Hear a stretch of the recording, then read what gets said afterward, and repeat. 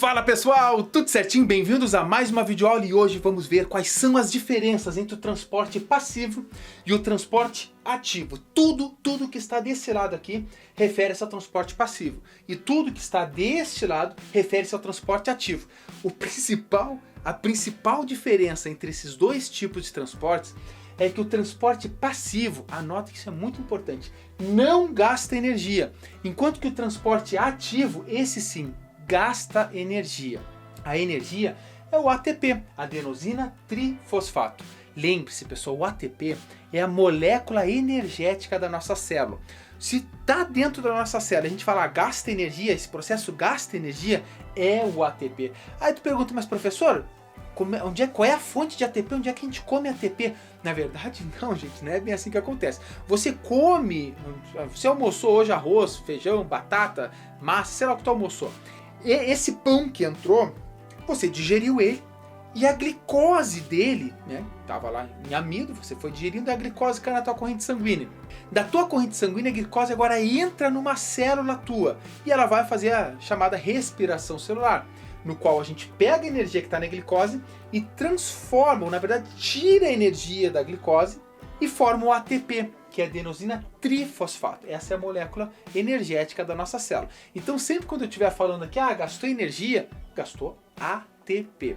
Ok, disse pra ti então que o transporte passivo não gasta essa energia, é tranquilo, porque ele é passivo, o próprio nome está falando, ó, transporte passivo, ele simplesmente vai. Agora transporte ativo, ele tem que ser ativado, ele tem que fazer força para acontecer, e por isso ele tem o nome de transporte ativo. Lembre-se sempre disso, que você nunca vai esquecer desse básico, que é o quando não gasta energia ou quando gasta energia. Agora vamos nos ater aqui. Eu vou falar dos tipos de transporte passivo. Basicamente tem 3 tipos de transporte passivo: difusão simples, difusão facilitada e osmose. Mas ok, então vamos para as diferenças. Primeiro, gente, difusão, não importa se ela é difusão facilitada ou é difusão simples, quem passa é o soluto, essas bolinhas amarelas aqui, que pode ser oxigênio, CO2, pode ser qualquer sal, Vamos pensar no conceito. O soluto é o que é dissolvido no solvente. O solvente eu representei em azul aqui.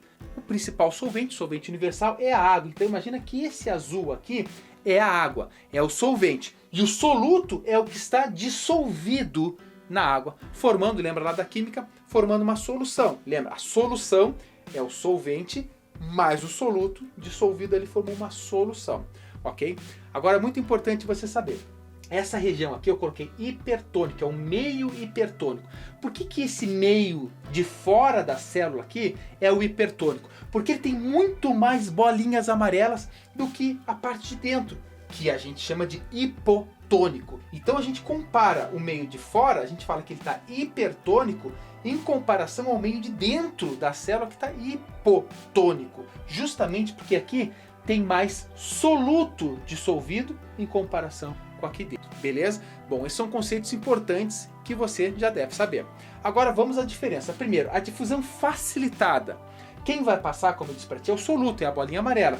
E a difusão facilitada ocorre por proteínas integrais de membrana. Olha que interessante. Fala, professor, não pode, essa proteína periférica aqui não vai acontecer, não. Imagina que ela entrasse aqui, ele ia parar na metade, não pode, isso aqui tem função enzimática. Beleza, então a difusão facilitada, grava assim, tem alguém para facilitar e, portanto, acontece por proteínas integrais. A difusão simples, olha por onde passa pela bicamada de fosfolipídio, então não tem uma proteína para facilitar, por isso que ele é simples, vai pela membrana mesmo, pela bicamada de fosfolipídio mesmo, não precisa ninguém para simplificar, beleza? Agora olha só que é muito importante, tanto a difusão facilitada quanto a difusão simples, quem passa é o soluto e ele vai passar do meio hipertônico, grava isso, para o meio hipotônico, ou seja, de onde tem mais soluto para onde tem menos. Facilitada por proteínas, simples pela bicamada de fosfolipídio. Agora tem um paranauê hardcore aqui, que é a osmose. Gente, a osmose é basicamente o contrário. Quem passa não é o soluto, quem passa é o solvente. Olha só esse azulzinho aqui. Olha só, o azulzinho é o solvente. Então quem está passando aqui é o solvente. E ele faz o caminho contrário. Ele vai de onde está hipotônico, tá? Para onde está hipertônico. É a água que está indo, é a água. Pensa nisso, quando tu come muito sal. Pega uma colher de sal, não faça isso que tu não é suicida, né? Tu pega uma colher de sal e mete na boca e engole isso aí. Cara, tu vai estar morrendo de sede em alguns minutos, por quê? Porque o teu sangue vai ficar com muita concentração, teu sangue vai ficar hipertônico e os teus tecidos vão perder água e vai te dar uma sede muito grande, porque é a água indo do meio hipo para o meio hipertônico. Isso é osmose. Tem gente que é muito malvada e coloca sal em cima da lesma. O que tu tá fazendo com a lesma? A água que está dentro dela vai passar de dentro, pensando que a pele dela é impermeável, né?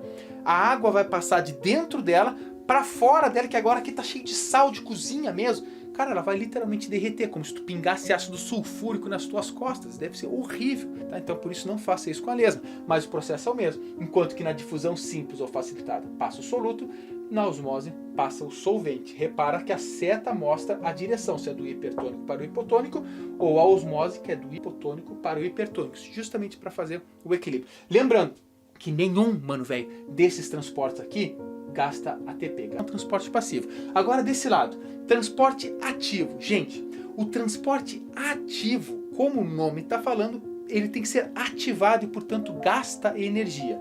Repara só. Primeiro, nós vamos falar da bomba de sódio e potássio. E segundo, nós vamos falar do transporte ativo mediado por vesículas, que eu chamo de transporte por vesículas aqui. Ó, o transporte ativo, o principal exemplo quando a gente fala de transporte ativo é a bomba de sódio e potássio. Só que esses transportes por vesículas, que eu vou explicar depois detalhadamente, ele também é um tipo especial de transporte ativo, porque ele segue esse princípio básico. Gasta energia. Se gasta energia, é ativo. Só que aí tu vai falar que tu vai encontrar que é o transporte ativo mediado por vesículas. Mas gasta, então ele está desse lado do quadro. Então vamos falar do transporte bomba de sódio e potássio como exemplo.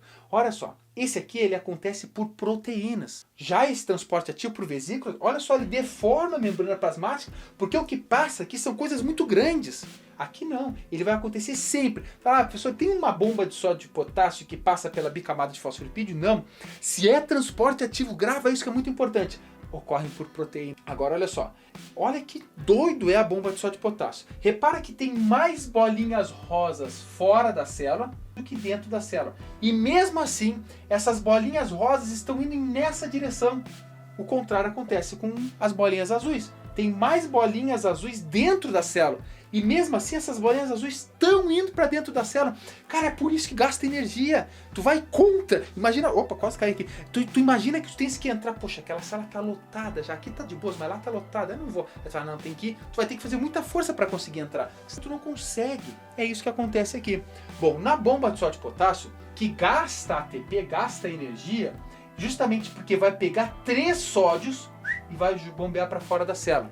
No mesmo momento ali que bombeou 3 sódios para fora, vão entrar por esta mesma proteína 2 potássios que estão em azul. Agora tu pergunta, professor, por que tem que ter mais sódio fora da célula e mais potássio dentro da célula? Eu vou te dar 3 exemplos. Primeiro, para a respiração celular acontecer, precisa de ter mais potássio dentro da célula. Segundo, para a síntese de proteínas acontecer, tem que ter mais potássio dentro da célula. E por fim, ter essa diferença gera aquela diferença de cargas na membrana, muito importante para o impulso nervoso de células nervosas ou para a contração muscular. Então, que dá essa diferença de cargas nas extremidades da membrana plasmática. Se não fosse a bomba de sódio e potássio, nada disso. Tu não conseguiria nem pensar, porque tu precisa fazer transmissão de impulso nervoso e para isso precisaria dessa polarização da membrana plasmática, o que sem a bomba de sódio e potássio não aconteceria.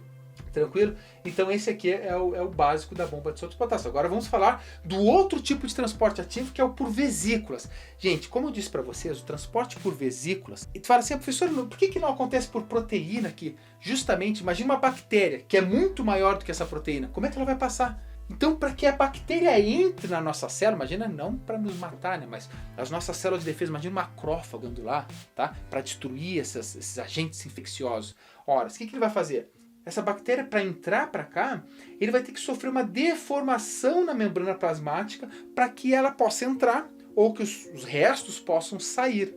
Então, existem basicamente esses tipos de transporte. Quando está entrando para a célula, que a gente chama de endocitose, é um transporte por endocitose para dentro, ele pode ser do tipo fagocitose, quando emite pseudópodes, esses falsos pés, e quando a partícula que entra ela vem sólida.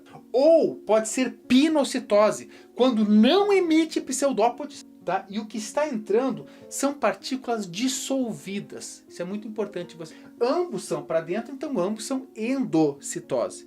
Voltando, fagocitose, partículas sólidas e emite pseudópodes. Pinocitose, partículas dissolvidas, tanto é que eu fiz uma aguinha aqui, essas bolinhas dissolvidas, sem pseudópodes. Simplesmente a membrana faz assim, engloba ela para dentro. Outra coisa importante, depois vem a exocitose, que é para fora. Exo, lembre-se do exoesqueleto dos artrópodes. Para sair, como tu sabes agora, é exocitose, que existe dois tipos basicamente. Eu coloquei como geral aqui, mas vamos diferenciar para você se ligar. A exocitose pode ser do tipo secreção, quando a tua célula produz um neurotransmissor, produziu uma enzima, uma secreção qualquer, imagina, a tua célula produziu para que essa substância atuasse em outro lugar do teu corpo. Então é algo bom, é secreção. Ou a exocitose pode ser excreção, tipo excretas, que também é conhecido por defecação celular, ou plasmocitose, quando um resto de um metabolismo, uma coisa que é ruim para a célula, tem que ser eliminada, por isso que é o lixo celular. Aí a gente chama de, é uma exocitose, do tipo defecação celular, tipo plasmocitose, ou do tipo excreção, literalmente. E aí voltando, professor, e o que é mesmo a secreção? A secreção também é uma exocitose, é para fora. Só que é algo que tu produziu, imagina que o teu retículo endoplasmático rugoso produziu lá umas coisas, agora tem que mandá-las para fora. Elas vão sair por exocitose. Tranquilo? Claro que nesse caso, se o teu corpo produziu, é secreção. Se o teu corpo não produzir, é um lixo, resto de metabolismo, é excreção. Feito. Então assim, gente, basicamente é isso, tá? Nós temos aqui os tipos de transporte. Lembrando, pessoal, transportes passivos não gastam energia, todos esses gastam energia. Quando é bomba, tipo bomba de sódio potássio, bomba de iodo ou de cálcio, que a gente nem estuda no ensino médio, é por proteínas. A gente tem uma aula só falando disso. Quando é por vesículas, é um transporte que deforma a membrana plasmática, uns troços loucos, até caiu meu óculos aqui. Isso, nesse caso aqui, é transporte por vesícula, ele também gasta, e para fazer essas vesículas, gasta energia, gasta ATP. Por isso que ele é um tipo de transporte ativo.